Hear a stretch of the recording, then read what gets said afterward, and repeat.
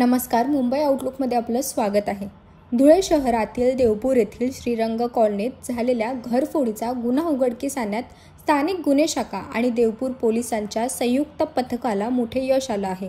दिनांक 27 ऑक्टोबरच्या रात्री अज्ञात चोरट्यांनी एका बंद घरातून रोख रक्कम आणि चांदीचे दागिने लंपास केले होते। या प्रकरणी गुन्हा दाखल होताच पोलिसांनी तातडीने तपास सुरू केला। पोलिसांनी परिसरातील सीसीटीव्ही फुटेज आणि अत्याधुनिक AI तंत्रज्ञानाच्या मदतीने तांत्रिक तपास करून आरोपीची ओळख पटवली।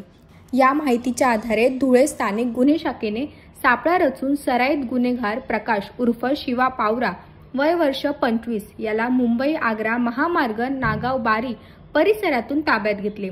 चौकशीत त्याने गुन्ह्याची कबुली दिली असून त्याच्याकडून हजारो रुपयांचा मुद्देमाल जप्त करण्यात आला। त्याच्यावर विविध जिल्ह्यात 9 गुन्हे दाखल असल्याची माहिती पोलीस निरीक्षक श्रीराम पवार यांनी यावेळी दिली होती।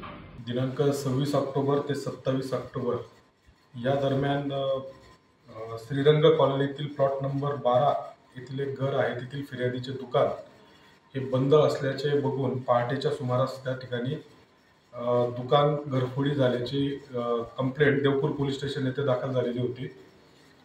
सदर तक्रारीमध्ये एकूण 21,200 रुपयाचा मुद्देमाल चोरीला गेलेला होता। त्यामध्ये 14,700 रोख रक्कम आणि काही चांदीचे दागिने अशी फिर्याद दाखल झाल्यानंतर स्थानिक गुन्हे शाखा व देवपूर पोलीस स्टेशन असे संयुक्तिक 2 टीम तयार करून त्या ठिकाणी आरोपीचा शोध घेण्याचे कामकाज सुरू झालेले होते। एका ठिकाणी सीसीटीव्ही फुटेज मिळाल्यानंतर त्या फुटेजमधील जो इसम त्याचा चेहरा क्लिअर करून AIच्या माध्यमातून क्लिअर करून व त्याची ओळख पटवून त्यानंतर त्याला असलेल्या ठिकाणाहून शोध घेऊन त्याला ताब्यात घेतले। त्याला विश्वासात घेतल्यानंतर त्याने सदर घरफोडी केल्याची कबुली दिलेली आहे आणि कबुली दिल्यानंतर त्याने मुद्देमाल हा सुद्धा त्याने काढून दिलेला आहे। एकूण 21,200 रुपयाचा मुद्देमाल त्याने जप्त करून दिलेला आहे। सदर आरोपी विरुद्ध आतापर्यंत एकूण 9 गुन्हे हे घरफोडीचे दाखल आहेत।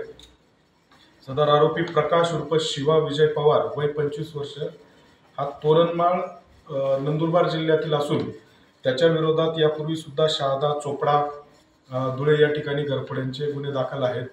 सदर आरोपीने या व्यतिरिक्तही अजून काही घरफोडे केल्या आहेत का याचा सखोल तपास करून त्याला पुढील गुन्ह्यांमध्ये सुद्धा चोरी केलेले मुद्देमाल आणि त्याचे इतर साथीदार असा शोध घेऊन कामगार सुरू आहे।